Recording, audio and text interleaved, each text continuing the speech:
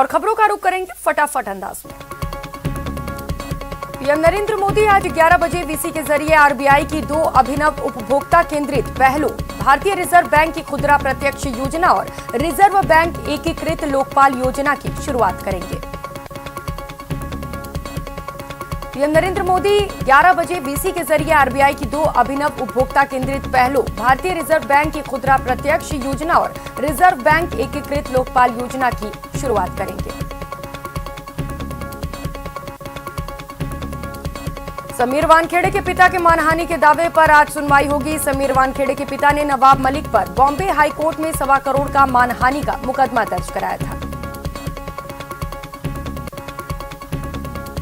Mumbai police ने महाराष्ट्र के मंत्री नवाब मलिक के खिलाफ राष्ट्रीय अनुसूचित जाति आयोग में शिकायत के संबंध में नारकोटिक्स कंट्रोल ब्यूरो के जोनल निदेशक समीर वानखेड़े का बयान दर्ज किया है। वानखेड़े की शिकायत के बाद एसीपी स्तर के अधिकारी जांच कर रहे हैं। एनसीपी के वरिष्ठ नेता और महाराष्ट्र सरकार में मंत्री नवाब मलिक की मुश्किलें बढ़ सकती हैं। प्रवर्तन निदेशालय यानी ईडी ने पुणे वक्फ बोर्ड जमीन घोटाला मामले की जांच अपने अंडर में ले ली है। महाराष्ट्र में ड्रग्स केस की जांच अब कानूनी लड़ाई के रूप में अख्तियार की जा रही है। राज्य सरकार में मंत्री और एनसीपी के वरिष्ठ नेता नवाब मलिक की बेटी नीलोफर मलिक ने बीजेपी के सीनियर नेता और पूर्व मुख्यमंत्री देवेंद्र फडणवीस को कानूनी नोटिस भेजते हुए माफी की मांग की है। सलमान खुर्शीद के खिलाफ दिल्ली पुलिस से शिकायत की गई है। उनके ऊपर आरोप है कि उन्होंने हिंदुत्व की आतंकवाद से तुलना कर उसे बदनाम करने की कोशिश की है। इस बीच गुलाम नबी आजाद ने सलमान खुर्शीद के विचारों पर आपत्ति जताई। उन्होंने कहा कि हिंदुत्व की राजनीतिक विचारधारा से भले ही वे सहमत न हो, लेकिन हिंदुत्व की इस्लामी जिहाद से तुलना करना तथ्यात्मक रूप से गलत है। बीजेपी प्रवक्ता गौरव भाटिया ने सलमान पर हमला करते हुए कहा, सोनिया गांधी को चुप्पी तोड़नी होगी और इस पर अपना विचार साफ करना होगा। सलमान खुर्शीद के बयान पर केंद्रीय मंत्री अर्जुन राम मेघवाल ने खुर्शीद पर निशाना साधते हुए कहा कि एक तरफ वे पलायन रोकने की बात करते हैं और दूसरी तरफ कश्मीर से पलायन को स्वीकार नहीं कर पाते। बीजेपी नेता लालकृष्ण आडवाणी के जन्मदिन पर ट्वीट कर ट्रोल हुए कांग्रेस नेता शशि थरूर ने कहा, ट्वीट कर मैं एलके आडवाणी जी के जन्मदिन की बधाई के लिए आई जहरीली प्रतिक्रियाओं से हैरान हूं। क्या हमारे राजनीति विमर्श से सभ्यता पूरी तरह से गायब हो गई है? केंद्रीय स्वास्थ्य मंत्री मनसुख मांडविया ने राज्यों के स्वास्थ्य मंत्रियों से सुनिश्चित करने का आग्रह किया कि सभी वयस्कों को हर घर दस्तक अभियान के दौरान कोविड टीके की पहली खुराक मिले। उन्होंने कहा कि 12 करोड़ से अधिक लाभार्थियों को कोविड-19 रोधी टीके की दूसरी डोज लगनी है। चीन द्वारा भारत चीन बॉर्डर के पास निर्माण कार्यों को लेकर विदेश मंत्रालय ने कहा कि भारत ने न तो हमारे क्षेत्र पर इस तरह के अवैध कब्जे को स्वीकार किया है और न ही चीन के अनुसूचित दावों को स्वीकार किया है। राज्यपाल कलराज मिश्र ने प्रधानमंत्री नरेंद्र मोदी से शिष्टाचार मुलाकात की। इस दौरान राज्यपाल ने प्रदेश के विकास से जुड़े मुद्दों पर भी चर्चा की। दिल्ली दौरे के दौरान सीएम गहलोत सोनिया गांधी से मिले। दोनों की मुलाकात 10 जनपद पर हुई। करीब 45 मिनट तक बातचीत हुई। कई जरूरी मुद्दों पर चर्चा की गई। सोनिया से मुलाकात के बाद सीएम गहलोत ने कहा कि राजस्थान में एक अच्छी सरकार चल रही है, बीजेपी का सोपड़ा साफ हो रहा है। देश भर में वैक्सीनेशन अभियान की समीक्षा बैठक, जिसमें केंद्रीय स्वास्थ्य मंत्री ने सभी राज्यों से फीडबैक लिया। चिकित्सा मंत्री डॉक्टर रघु शर्मा भी वीडियो कॉन्फ्रेंसिंग के जरिए शामिल हुए। बीजेपी ने गहलोत सरकार से तत्काल डीजल पेट्रोल पर वैट की दरों को कम करने की मांग की। कटारिया घनश्याम तिवारी ने कहा कि सीएम गहलोत के खिलाफ आम जनता में आक्रोश है, इसीलिए तत्काल वैट कम करना चाहिए। केंद्रीय मंत्री गजेंद्र सिंह शेखावत ने कहा है कि देश की जनता ने प्रधानमंत्री के फैसले की प्रशंसा की है। कई राज्यों ने इस फैसले में सहमति दी। अशोक गहलोत से मैं पूछना चाहता हूं कि जब कांग्रेस की पंजाब सरकार वैट कम कर सकती है तो राजस्थान सरकार क्यों नहीं? डेयरी में जांच को आरसीडीएफ और सहकारिता विभाग में घमासान मचा हुआ है। सहकारिता के जांच अधिकारी बार बार जांच के लिए दस्तावेज की मांग कर रहे हैं, तो डेयरी फेडरेशन के अधिकारी जांच अधिकारी ही बदलने की मांग कर रहे हैं। पाकिस्तान में धार्मिक अत्याचार से परेशान होकर भारत आए पाक विस्थापित हिंदुओं को परिवारों को आखिरकार लंबे इंतजार के बाद नई पहचान यानी भारतीय नागरिकता मिल गई। बूंदी में नेमीचंद जैन नामक एक 42 वर्षीय व्यक्ति ने फांसी लगाकर आत्महत्या कर ली और सुसाइड नोट में कोई सहारा नहीं होने की वजह आत्महत्या बताई। चूरू के सुजानगढ़ पुलिस थाने में विदेश भेजने के नाम पर 13,20,000 रुपए की धोखाधड़ी करने के आरोप में युवक ने 2 लोगों के खिलाफ एफआईआर दर्ज कराया। बांसवाड़ा के NH56 पर सज्जनगढ़ पुलिस ने नाकेबंदी कर एक कार में लदी 288 बोतल अंग्रेजी शराब पकड़ी। शराब तस्कर अंग्रेजी शराब को गुजरात पहुंचाना चाह रहा था। कोटा में जिका वायरस रोग के प्रसार की रोकथाम और नियंत्रण को लेकर गुरुवार को टैगोर हॉल में एडीएम सिटी महेंद्र लोढ़ा की अध्यक्षता में अंतर विभागीय समन्वय और सहयोग के लिए बैठक का आयोजन हुआ। कोटा की मानव तस्करी विरोधी यूनिट की टीम ने कार्रवाई करते हुए 2 नाबालिग बालिकाओं को दस्तयाब करने में सफलता हासिल की। चित्तौड़गढ़ में कार में सवार युवकों द्वारा फायरिंग करने से सनसनी फैल गई। घटना में एक युवक घायल हो गया, जिसे अस्पताल में भर्ती किया गया। कोटा के ग्रामीण इलाके में पिछले दिनों हुई धनिया से भरे ट्रक चोरी की वारदात का पुलिस ने पर्दाफाश किया और ट्रक बरामद किया।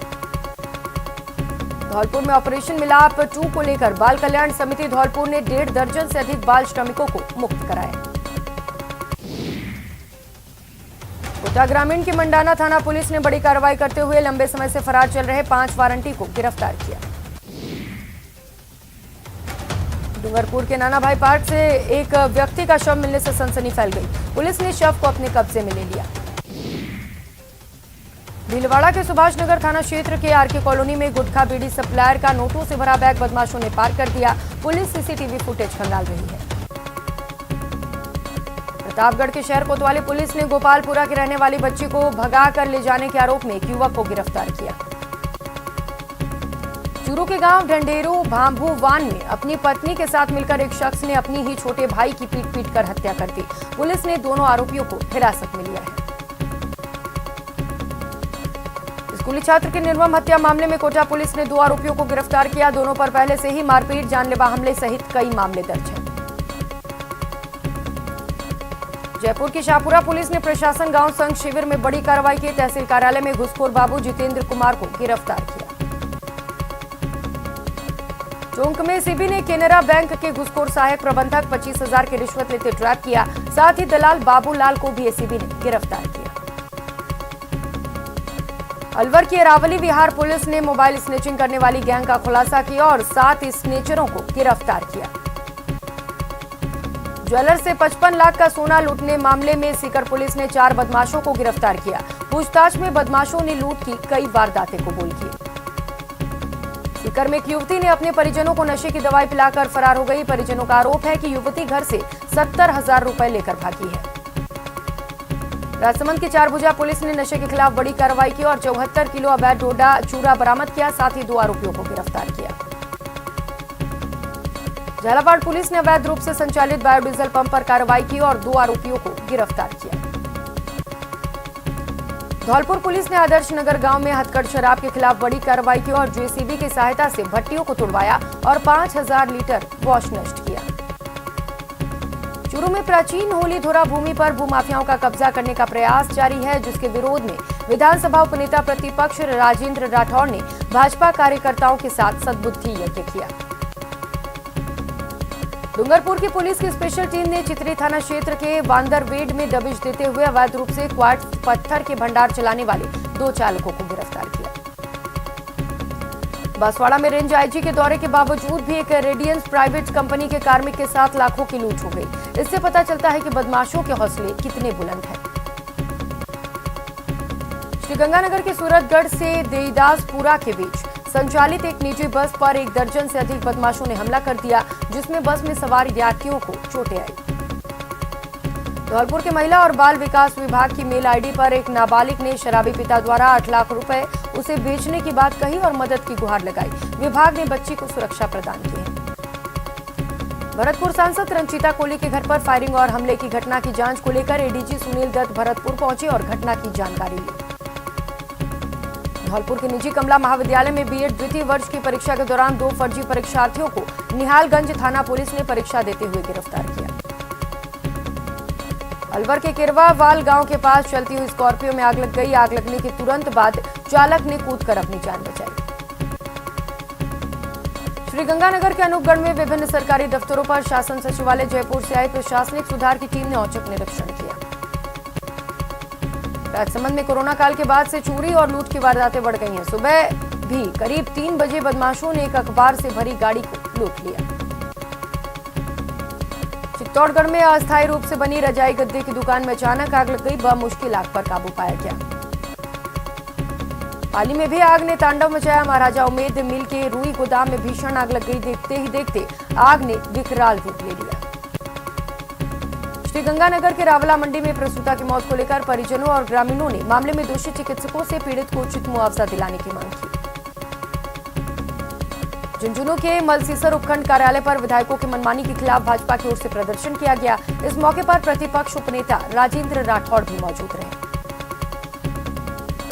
चित्तौड़गढ़ में रजाई गद्दे की दुकान में अज्ञात कारणों से भीषण आग लग गई। 3 दुकानें जलकर राख हो गई।